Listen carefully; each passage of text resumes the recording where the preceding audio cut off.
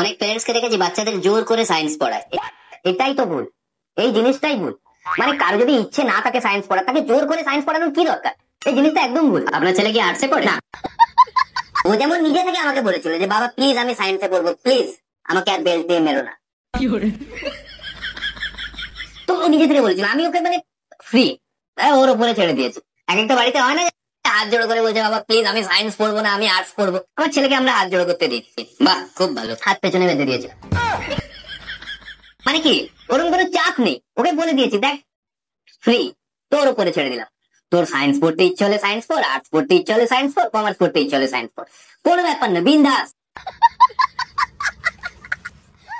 প্রথমেও বলছিল যে বাবা আমার আর্টস পড়তে খুব ভালো লাগে, আমি আর্টস পড়ব। আমি ওকে ডাইরেক্টলি বলেছিলাম এটা আমাকে জিজ্ঞেস করার কি আছে, তোর যেটা ভালো লাগে তুই সেটা করবি। তোর আর্টস পড়তে ভালো লাগে আর্টস পড়, সায়েন্স পড়ার ফাঁকে। সায়েন্সের মধ্যে ওর ফেভারিট সাবজেক্ট কি? ওর ফেভারিট সাবজেক্ট সায়েন্সের মধ্যে বাংলা। আর দেখেছি যারা সায়েন্স পড়ে তারা ভাবে দুটো জিনিসই শুধু হওয়া যায়, ওই ডাক্তার ইঞ্জিনিয়ার। ডাক্তার ইঞ্জিনিয়ার এটা যারা মনে হচ্ছে আর কিছু হওয়া যায়। ওর না চিন্তাধারাটা একটু আলাদা, মানে ওর স্বপ্নই আলাদা। কি স্বপ্ন? ওর স্বপ্ন হচ্ছে উচ্চ মাধ্যমিক পাস করা। জীবনের সব থেকে সুখী ব্যক্তি হলো তারাই। হ্যাঁ কালু, বল বল, জীবনের সব থেকে সুখী ব্যক্তি কারা? জীবনের সব থেকে সুখী ব্যক্তি হলো তারাই যাদের মাথায় কোনো চুল নাই। না স্যার, বিজ্ঞানীরা খোঁজ করেছেন সব থেকে সুখী ব্যক্তি তারাই যাদের মাথায় কোনো চুল নাই। হ্যাঁ কালু ভাই, যদি কোনো উপায় থাকে তাহলে বলো, আমার এই চুল ওঠার জন্য টেনশনটা দিনের পর দিন বেড়েই যাচ্ছে। না ভাই, তুই চাইলে চুল কমাতে পারবি, কিন্তু টেনশন কমাতে পারবি না। একটা কথা আছে না যে চুল কমলে টেনশন বাড়ে, আর টেনশন বাড়লেই চুল কমে। আসলে বলতো ভাই, আমি কোথাও না কোথাও একটা বিশ্বাস করি যে মানুষের টেনশন কমানো উচিত না। কেন? টেনশন কমালে কি হবে? কারণ আমি কাউকে টেনশন ফ্রি দেখতে পারি না। এই খোকা, স্যার এখনো আসে নাই? না ঘেচু ভাই, স্যার এখনো আসে নাই। এই বল্টু, তুই আমার নামে প্রিন্সিপালের কাছে কি নালিশ করেছিস? না ঘেচু ভাই, আমি তো প্রিন্সিপালের কাছে বলেছি এবার যেন ঘেচুকে সবার থেকে টপ করা হয়, যেন ঘেচু আমাদের মনিটর হয়, যেন ঘেচু প্রত্যেকটা ক্লাসে 1 নাম্বার টপ হয়। প্রিন্সিপাল স্যার বলল তুই নাকি প্রিন্সিপাল স্যারকে একটা ভিডিও দেখাইছিস যেখানে আমি প্রিন্সিপাল স্যারের পেছনে টয়লেট করেছিলাম। কি রে বল্টু, তুই আবার ঘেচুর ভিডিও করেছিলিস? আমার ভুল হয়ে গেছে, আমাকে ক্ষমা করে দে। এই বল্টু, তুই যখন ভিডিওটা বানাচ্ছিস আমাকেও হোয়াটসঅ্যাপে একটু পাঠিয়ে দিস। আয় আয়, কিরে তোদের কিসের মিটিং বসেছে রে? তোরা কি ক্লাসের মধ্যে একটু শান্তভাবে বসে থাকতে পারিস না রে? আসলে স্যার, আমাদের তো কেবলই এক্সাম শেষ হলো, তাই একটু গল্প হচ্ছে আর কি। বেশ কালু, তোদের পরীক্ষা তো শেষ হলো, এবার আমিও একটু শুনি তোরা ছুটিটা কিভাবে কাটাবি। বেশ কালু, তুই বল, পরীক্ষা তো শেষ হলো, এবার তুই ছুটি কিভাবে কাটাবি? আসলে স্যার, যদি কারোর মধ্যে একটা পড়াশোনার অভ্যাস তৈরি হয়ে যায় তাহলে তাকে আর পড়াশোনা থেকে কেউ আটকাতে পারে না। বাহ, কি সুন্দর কথা। তার জন্য স্যার আমি কোনো পড়াশোনার অভ্যাস তৈরি করিনি। কি পাগলের মতো কথা বলছিস রে? কিন্তু স্যার, প্রতিদিন ঘুম থেকে ভোরের মধ্যে ওঠার যে অভ্যাসটা, বাহ, আসলে ছোট্টবেলা থেকেই অসাধারণ। ওটা আমার স্যার খুব বোরিং লাগে। কালু, তোর কিন্তু আমি মাথা ফাটিয়ে দেবো। আসলে স্যার পরীক্ষার তো মাত্র কটা দিন হলো, তাই ভাবছি কটা দিন একটু বিশ্রাম নেব। বেশ, কতদিন বিশ্রাম নিবি তুই? ওই তো স্যার 3 থেকে 3.5। হ্যাঁ, 3 থেকে 3.5 দিন নিলেই অনেক। মানে স্যার 300 দিন। তাহলে তোদের বাড়িতে এখন রোজ চিকেন মটন খাওয়া হচ্ছে দেখছি। হ্যাঁ স্যার, পরীক্ষা তো কেবল শেষ হলো, তার জন্য এখন প্রতিদিন চিকেন মাটন খাওয়া হয়, আরো ভালো ভালো। আর রেজাল্টের পর? না স্যার, রেজাল্টের পরে আর খেতে মনে হয় দেবে না। তো হই চুপচাপ দাঁড়িয়ে থাক, আর একটু বক বক করলে আমি তোর রেজাল্ট এখনই বাড়িতে দেখাই দিব। না স্যার, আমি এখন বাড়িতে ভালো ভালো খেতে পারছি, তাই যতদিন পর্যন্ত রেজাল্ট না আসে ততদিন পর্যন্ত ভালো করে খেয়ে নি। বেটা, আমি জানি তুই ফেল করবি। আয় বল্টু, তুই দাঁড়া করে। বলুন স্যার। তুই পরীক্ষায় পাস হওয়ার পর কি নিয়ে পড়বি রে? স্যার আমি ঠিক করেছি, আমি সায়েন্স নিয়ে পড়বো, কারণ আমি জানি যে আমি ফেল করব। তাই আমি যদি বলি যে আমি সায়েন্সে ফেল করলাম, তাহলে একটু স্ট্যান্ডার্ড লাগবে স্যার। বাপ রে বাপ, কি সাংঘাতিক আমার গুণধর রে। তোদের মাথায় এত বুদ্ধি আসে কোত্থেকে, আর তোরা এত বুদ্ধি নিয়ে থাকিস কিভাবে?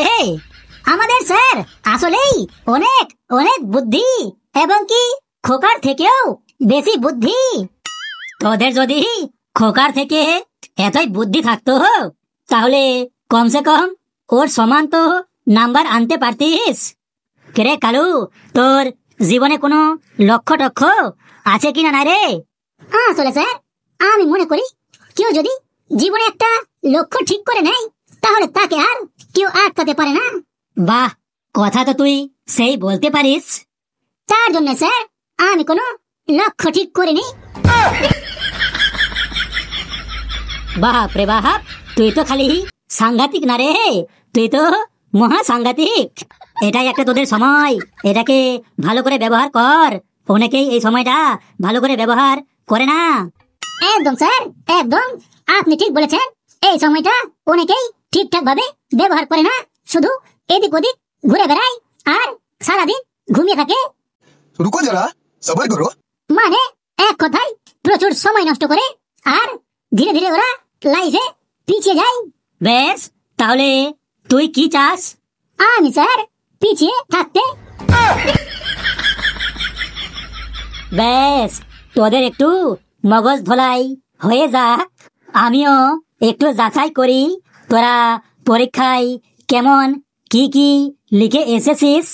চল কালু আর খোকা, 2 জনের মধ্যে আজকে একটা ডিবেট হবে। Wow, debate sir, I am ready sir, I am ready. মনে করবি তোরা 2 জন অভিভাবক, আর তোরা একে অপরের সাথে ডিসকাস করবি যে মাধ্যমিক পরীক্ষার পর কার বাবা কার ছেলেকে কত চাপ দেয়। বেশ, এবার তোরা সামনে আয়। বেশ খোকা, তুই শুরু কর। তুই শুধু বলবি যে মাধ্যমিকে পরীক্ষার পর কেন ছাত্রকে বেশি প্রেসার দিতে হয় না। আজকাল যেইভাবে মাধ্যমিক শেষ হওয়ার পরেই বাচ্চাগুলোকে এত প্রেসারে টিউশন দিয়ে দেয়, মানে এক কথায় এইসব দেখা যায় না। হ্যাঁ একদম, মানে আমিও তো এটা আসলে দেখতে পাই না। মানে এক কথায় কি করে পারে, যেদিন মাধ্যমিক পরীক্ষা শেষ ওই দিন থেকেই টিউশন দিয়ে দেয়। আচ্ছা, আপনার ছেলেও তো মাধ্যমিক পরীক্ষা দিল? হ্যাঁ একদম, আমি তো আমার ছেলেকে বললাম, যেদিন লাস্ট পরীক্ষা দিল ওকে আমি বললাম তুই একদম বিন্দাস ঘুমা। তারপরে কি ঘুমালো আপনার ছেলে? হ্যাঁ, তারপর টানা 20 মিনিট ঘুমালো। তারপরে আপনি কি ঘুম থেকে তুলে দিলেন? না না, আমি আবার ওকে তুলতে কেন যাবো? ও নিজেই উঠে গেল আর বলল আমার মুখের মধ্যে কে জল দিল? ওই জলটা কে দিয়েছিল? হ্যাঁ, এইটা তুমি বলতে পারো। ওই জলটা আমি দিয়েছিলাম। তার মানে আপনি উঠেই পড়তে বসে দিলেন? না না, আমি ওকে পড়তে বলিনি, ওকে ওর টিউশন টিচারই পড়তে বলেছিল। তাহলে টিউশন টিচারকে কে বলেছিল? হ্যাঁ, সেই টিউশন টিচারকে আমি বলেছিলাম। কিন্তু আমি ডাইরেক্ট আমার ছেলেকে পড়তে বলিনি, অতটা সেন্স আমার তো আছে। কিন্তু সাথে সাথে অত জলদি টিউশন দেওয়া তো উচিত নয়। একদম গুড কোয়েশ্চেন। এটা আমি ভালো করেই জানি। আমি ভালো করেই জানি যে যেদিন মাধ্যমিক পরীক্ষা শেষ হয় ওই দিন থেকে টিউশন না দেওয়াই ভালো। তার জন্যই আমি ওকে আগে থেকেই দিয়ে দিয়েছিলাম টিউশন। বাপ রে বাপ, এদের কি সাংঘাতিক ডিবেট! আসলে আমার ছেলের মাধ্যমিক পরীক্ষার সময় ঘুম থেকে ভোরে ওঠার একটা অভ্যাস হয়ে গেছে, তো তার জন্যই ও পরীক্ষা শেষ হওয়ার পরেও ঘুম থেকে ভোরে উঠে। এটা দেখে আমারও সত্যি খুবই খারাপ লাগে।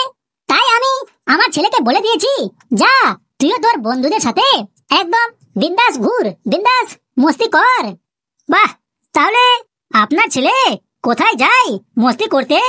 ওই তো ইংলিশ মিডিয়াম স্কুলে। আমি খালি জাস্ট বলেছিলাম যে ওই রকম কোনো প্রেসার না, তুই শুধু বিন্দাস যা আর এনজয় কর। আর যদি যেতে না চাস তাহলে কিন্তু মেরে চামড়া উঠাই নিব। বাপ রে বাপ, কি সাংঘাতিক অভিভাবকের অ্যাক্টিং রে! কিন্তু মাধ্যমিকের পরে তো একটু ব্রেক নেওয়া দরকার, কি না? অবশ্যই, একদম। আমি তো বলছি ব্রেক নেওয়া খুবই দরকার। এটা তো আমি নিজেই স্বীকার করি। আমি তো আমার ছেলেকে সব সময় বলি, তুই একদম বিন্দাস ব্রেক নে। আমি আমার ছেলেকে খাওয়ার পর যখন সে ঘুমাতে যায়, তখন যতক্ষণ পর্যন্ত সে ঘুমাই ততক্ষণ পর্যন্ত ওর ফুল ব্রেক। আয় আয় আয়, তোর এই ডিবেট বন্ধ কর রে। বাপ রে বাপ, কি সাংঘাতিক ডিবেট তোর! তোকে আর অভিভাবক হতে হবে না। বাপ রে বাপ, তুই শুধু সাংঘাতিক না রে, তুই একটা মহা সাংঘাতিক।